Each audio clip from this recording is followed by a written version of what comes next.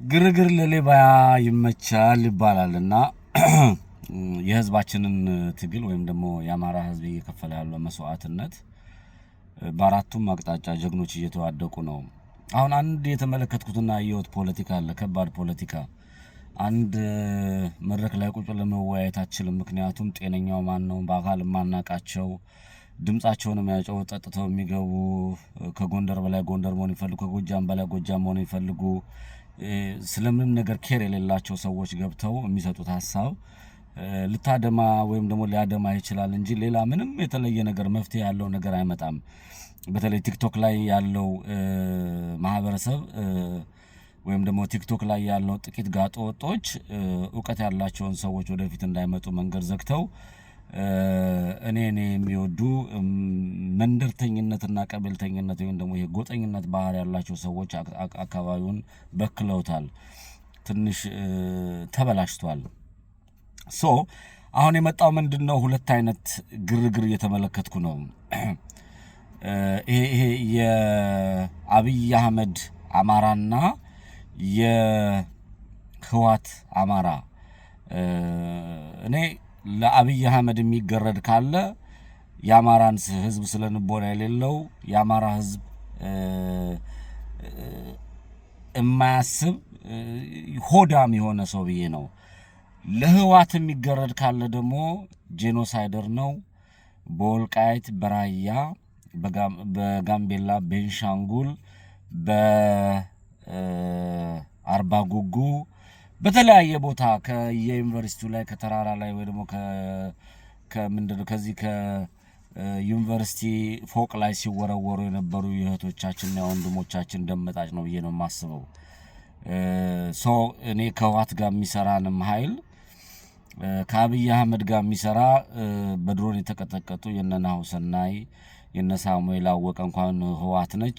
በተለያየ ጊዜ በአማራ ክልል በድሮን የተጨፈጨፉ ወገኖቻችን የኑሮ ውድነቱ በዚህ 7 እና 8 ዓመት ውስጥ በማንነታቸው በኦርቶዶክስ እምነት ተከታይ የሆኑ ወገኖቻችን ሲጨፈጨፉ የነበሩ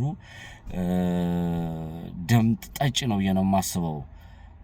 ይሄ ጎጠኝነቱ የጎጃም ብአዴንና የጎንደር ብአዴን ያመጣው ሴራ ትንሽ ግልቦች ናቸው። የእውቀት ብስለት የላቸውም። ግን ፖለቲካውን ለመረበሽ የሚያደርጉትና የሚሄዱበት ወይም ደግሞ የህዝቡን ጥያቄ ለማጠልሸት የሚሄዱበትን መንገድ ተመልክቻለሁ።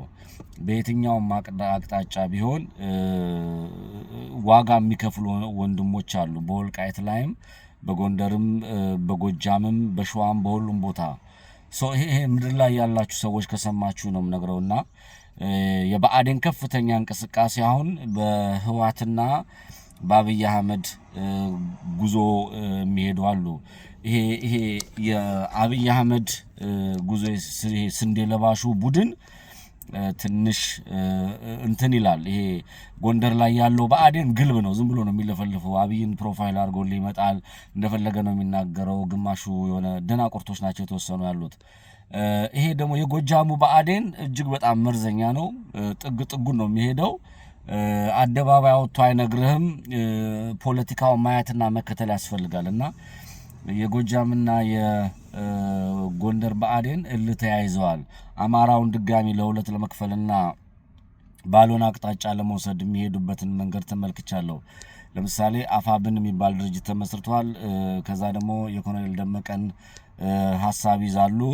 ዘመነ ካሴ ይነሳል። ከዛ ደግሞ ኮሎኔል ደመቀ እነዚህ ከዚህ ጋር ከሰሩ ከኛን ዘጋር እንሰራለን የሚል የአማራ ስነ ልቦና ያልሆነ የአማራ ልጅ የአማራ ህዝብ በራሱ ማሸነፍ እንደማይችል አስመስለው ሁለት ጎራ ለመፍጠር እየተከደበት ያለበትን መንገድ ስለተረዳው ነው። እቺን ፖይንት ያዙልኝ። ሁለት ጎራ የግድ አብይ አህመድን ለማስደሰት የፋኖቹን መሳደብ፣ የፋኖቹን እንቅስቃሴን ማጠልሸት፣ የዛ ደግሞ ይሄ የህዋቱ ደግሞ የኮሎኔል ደመቀ ምናምን አካሄድ እያሉ መዋቀስ። እኔ ተመልካች ነኝ፣ ወጣ ብዬ ነው የማየው። ይሄም ማለቴ ከህዋት ጋር የሚሰራውንም ኃይል ከአብይ ጋር የሚሰራውም ኃይል ትክክል ነው እያልኩ አይደለም። የአማራ ህዝብ በራሱ ነፃ ያወጣል። ያለን ጥያቄ ጊዜ ይወስዳል፣ ዋጋ እንከፍላለን እንጂ ነፃ ያወጣናል። አማራ ማንም ላይ ሄዶ መለጠፍ አለበት የሚል አቋም የለኝም። ሁሉም አማራ በያለበት የሚያስፈልገውን ጥያቄ ለመመለስ የየራሱን የቤት ስራ ይስራ። በዓለም አቀፍ መድረክ ላይ የተፈጸመብን ጄኖሳይድ አለ። በዓለም አቀፍ መድረክ ላይ ስማችንን ጽፈው ነጥቀው ከዚህ ነቅለን እናጠፋዋለን፣ እንደመስሰዋለን፣ እናዳክመዋለን ብለው ኢትዮጵያንን እናጠፋለን ብለው ጠላት አድርገው የመጡ ሁለቱም ወሮበላሽ ናቸው። አብይም አህመድ እባብ ነው፣ እነዛም እባብ ናቸው። ለአማራ ህዝብ የሚተኙ አይደለም። ጎጃሜ ነኝ፣ ጎንደሬ ነኝ፣ የሴራ ፖለቲካ ተንትኜ ፖለቲካውን ቁማር ተጫዎች የሚል ድንቁርና ውስጥ የሚገባ ከሆነም አስቸጋሪ ነው። አማራ መደራጀት አለበት። አማራ አንድ መሆን አለበት። አማራ ተደራጀ፣ አማራ አንድ ከሆነ የነደመቀ ቡድን የነዘመነ ቡድን የሚባል ቁማር ውስጥ ካልገባን ትግሉን ማሸነፍ ይቻላል። እዛ ውስጥ ላለመግባት የወልቃይት ህዝብ አማራ ነው። አፋብህል ላይ ያሉ ወታደሮች እኔም እንደማንኛውም ሰው ጥያቄ አለኝ። ጥያቄን የመጠየቅ ጤነኛ የሆነ አካሄድ ትግሉ እንቅፋት እንዳይነካው ጥረት አድርጋለሁ። ከዛ ውጭ ግን በሁለቱም በኩል የሚጎተተው እስክንድር ነጋና ዘመነ ካሴ የነበረው ጉትቻ ለመፍጠር እየተከደበት ያለው መንገድ በጣም ጠንቅቃችሁ ተመልከቱት። ይሄ ጎንደሬ ነኝ የሚለው ኃይል ኦሬዲ አብይ አህመድን ለብሶ መጥቷል። ይሄኛው የጎጃሙ ግን ዝም ብሎ ጋዝ ላይት ነው የሚያደርገው። ዝም ብሎ ያነዳል፣ ያቀጣጥላል። እያንዳንዱ በብልጠት የምትከደውን ነገር ንጹህ አማራዎች ዳር ወጣችሁ እነማን ናቸው ምንድናቸው የሚለውን ነገር መመልከት። የአማራ ህዝብ ኃይል አለው። የአማራ ህዝብ አብራክ ወላድ በድባብ ትሄድ ጀግና መውለድ ትችላለች። በጀግኖች ላይ መቀለድ ተገቢ ነው ብዬ አላስብም። ጀግናዎች አሉ። አማራ ያለው ጥያቄ ያለምንም ሮጭ ያለምንም ተሸካሚ ያለምንም ገስጋሽ ማሸነፍ የሚችልበት የራሱ የሆኑ ጀግኖች ማህፀን ከጀግና አማራ እናት ማህፀን የተፈጠሩ ብዙ ጀግኖች አሉት።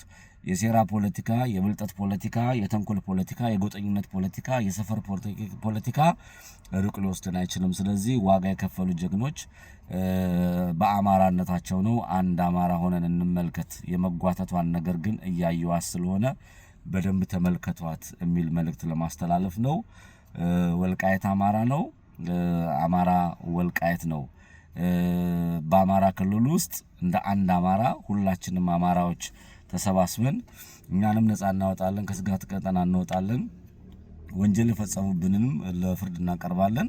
ከዛ ውጪ ኢትዮጵያችን ከሌሎች ወንድሞቻችን ከኦሮሞ፣ ከጋምቤላ፣ ከቤንሻንጉል፣ ከትግሬ፣ ከወላይታ ጋር ሆነን ወደፊት ዘናት እንሄዳለን። የአማራ ህዝብ ከኢትዮጵያ ጋር ጸብ የለውም። ጄኖሳይድ ከፈጸሙ ወንበዴዎች ጋር ነው። ቴንክ ዩ